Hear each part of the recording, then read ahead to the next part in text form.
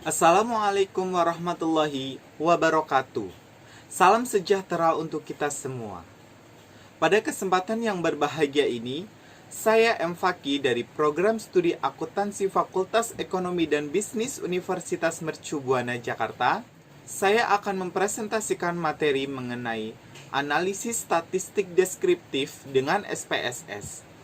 Video presentasi ini dibuat untuk memenuhi salah satu persyaratan pada mata kuliah statistik bisnis. Baik, sebelum melanjutkan ke studi kasusnya, saya akan mencoba menjelaskan sedikit pengertian statistik deskriptif itu apa.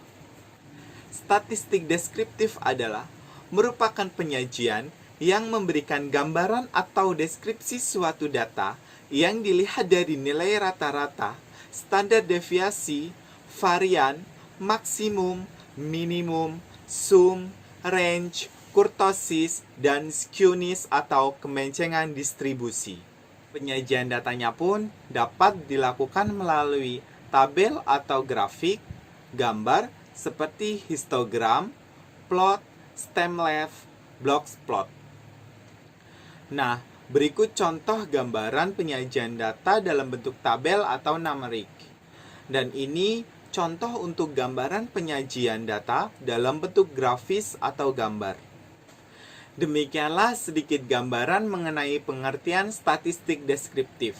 Untuk selanjutnya, langsung saja saya akan mencoba menjelaskan menggunakan data yang saya punya, yang saya dapatkan dari laman website tegalkap.bps.go.id tentang garis kemiskinan dan penduduk miskin di Kabupaten Tegal tahun 2011 sampai dengan 2018. Baik, pertama-tama kita buka terlebih dahulu aplikasi SPSS-nya. Di sini saya menggunakan jenis aplikasi versi 25. Kemudian kita langsung saja pilih variabel new.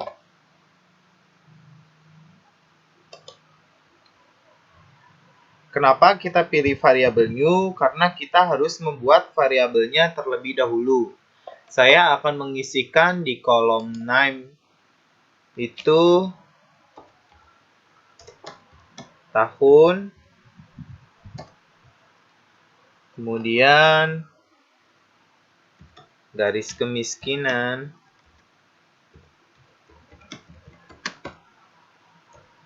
kemudian penduduk miskin,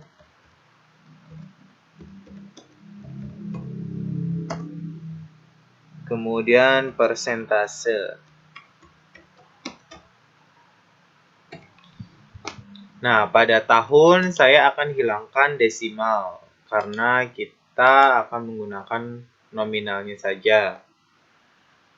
Pada garis kemiskinan saya akan menggunakan 3 desimal, kemudian pada kolom measure di sini saya akan pilih nominal. Untuk garis kemiskinan dan lain-lain saya pilih scale. Nah, setelah selesai kita membuat variabel view-nya, langsung kita ke data view. Maka akan muncul tampilan seperti gambar berikut.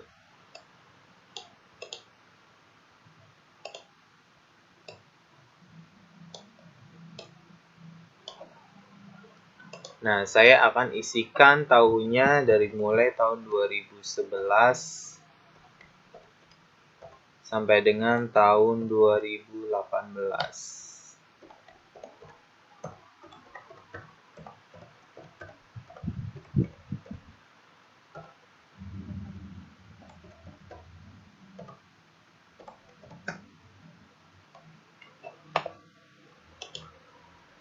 Nah, pada kolom garis kemiskinan, saya akan masukkan angka di 222.700, 239,70,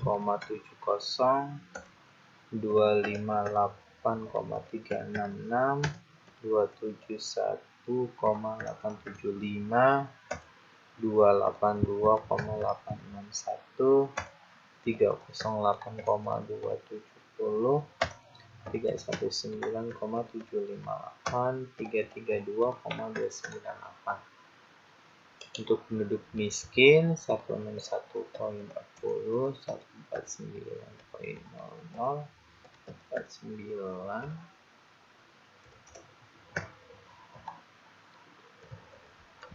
60, 140,30, 143,50, 144,20, 141,80, 114,10.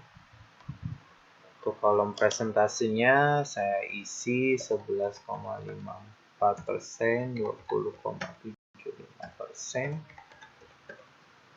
9,87%, 10,09%, 10%, 9,90%, 7,9%.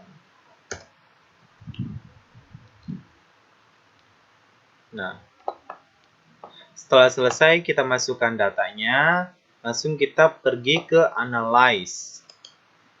Kita pilih deskriptif statistik, kemudian deskriptif.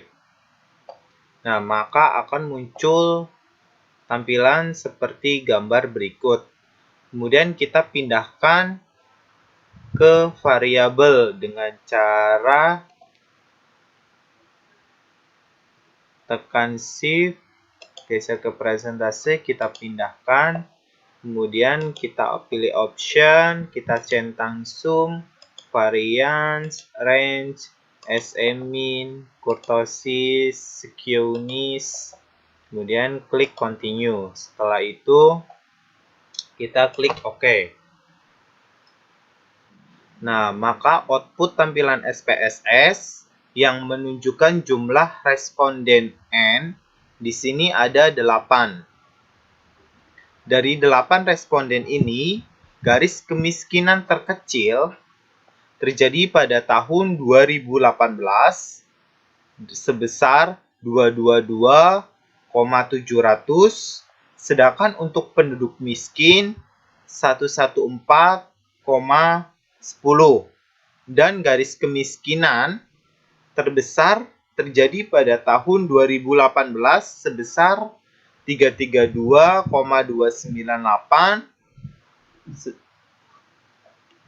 sedangkan untuk penduduk di angka 161,10. Nah, rata-rata garis kemiskinan pada penduduk miskin di Kabupaten Tegal tahun 2011 sampai dengan 2018 dari 8 responden adalah di angka 279, 41688, dan 142, 97, 50. Dengan standar deviasinya masing-masing sebesar 38917, 205, dan 13, 392, 30. Nah, kemudian di sini ada kolom skewness dan kurtosis. Nah, skewness dan kurtosis ini dinilai merupakan ukuran untuk melihat apakah data garis kemiskinan dan penduduk miskin di Kabupaten Tegal pada tahun 2011 sampai dengan tahun 2018 tersebut terdistribusi secara normal atau tidak. Skewness ini mengukur kemencengan dari data, dan kurtosis ini mengukur puncak dari distribusi data. Data yang terdistribusi secara normal mempunyai nilai skewness dan kurtosis di angka 0. Sedangkan dari hasil tampilan output SPSS garis kemiskinan memberikan nilai skewness dan kurtosis masing-masing di angka minus 0,063 dan minus 1,264. Untuk penduduk miskin, nilai skewness dan kurtosis masing-masing di angka minus 1,396 dan 3,697. Sehingga dapat disimpulkan di sini bahwa data yang telah saya sajikan tidak terdistribusi secara normal. Kemudian di sini ada nilai range.